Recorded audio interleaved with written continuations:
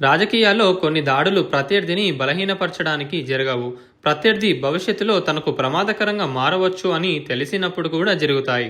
తెలంగాణలో బండి సంజయ్ చుట్టూ ఇప్పుడు కనిపిస్తున్న రాజకీయ కలకలం కూడా అలాంటిదే. పైకి ఇది ఒక కేసు స్పందనలా కనిపించవచ్చు.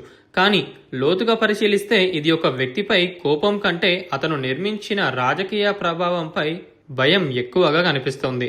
ఎందుకంటే బీఆర్ఎస్ కు ఇప్పుడు ఒక విషయం స్పష్టంగా అర్థమైంది.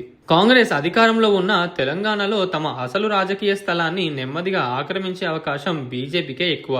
అందులోనూ బండి సంజయ్ లాంటి దూకుడు నాయకత్వం మళ్లీ ముందుకు వస్తే బీజేపీ కేవలం ఒక పార్టీగా కాకుండా బలమైన ప్రత్యామ్నాయంగా నిలబడే అవకాశం ఉందనే ఆందోళన గులాబీ శిబిరంలో కనిపిస్తోంది. బండి సంజయ్ ప్రత్యేకత కూడా అక్కడే ఉంది.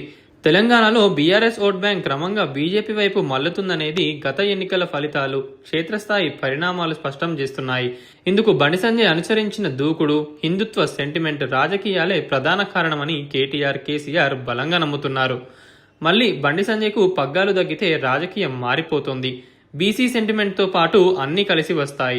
గతంలో బీజేపీని ప్రజాధారణ వైపు నడిపించిన కీలక నేతను గనుక డిఫెన్స్లో పడేయగలిగితే ఆ పార్టీ క్యాడర్ స్థైర్యం దెబ్బతింటుందని, తద్వారా జారిపోయిన తమ ఓటు బ్యాంకును తిరిగి దక్కించుకోవచ్చని బీఆర్ఎస్ ప్లాన్ చేస్తుందని అనుకోవచ్చు.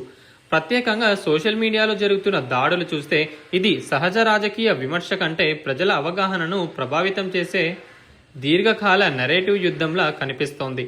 ఒకే అంశాన్ని పదే పదే ముందుకు తెచ్చి ఒకే వ్యక్తిని నిరంతరం రక్షణాత్మక స్థితిలో నిలబెట్టడం ద్వారా అతని రాజకీయ దూకుడును తగ్గించే ప్రయత్నం స్పష్టంగా కనిపిస్తుంది. అయితే రాజకీయాల్లో ఇలాంటి వ్యూహాలకు ఎప్పుడూ ఒక పరిమితి ఉంటుంది.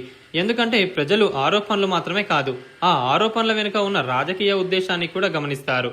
అతి తీవ్రంగా వ్యక్తిగత దాడులు జరిగితే అదే నాయకుడిపై సానుభూతిని పెంచే అవకాశము ఉంటుంది. మరో ముఖ్యమైన విశేషం ఏమిటంటే తెలంగాణ బీజేపీ ఇప్పుడు ఒక నాయకుడి చుట్టూ తిరిగే దశ దాటిపోయింది. గ్రౌండ్ స్థాయిలో కేడర్ పెరిగింది. సామాజిక వర్గాల్లో చొచ్చుకుపోయే ప్రయత్నం పెరిగింది. కేంద్ర నాయకత్వ మద్దతు కూడా బలపడింది. అంటే ఒక వ్యక్తిని బలహీనపరిచి మొత్తం పార్టీ ఎదుగుదలను ఆపేయొచ్చు అని భావించడం రాజకీయంగా ప్రమాదకరమైన అంచనా కావచ్చు.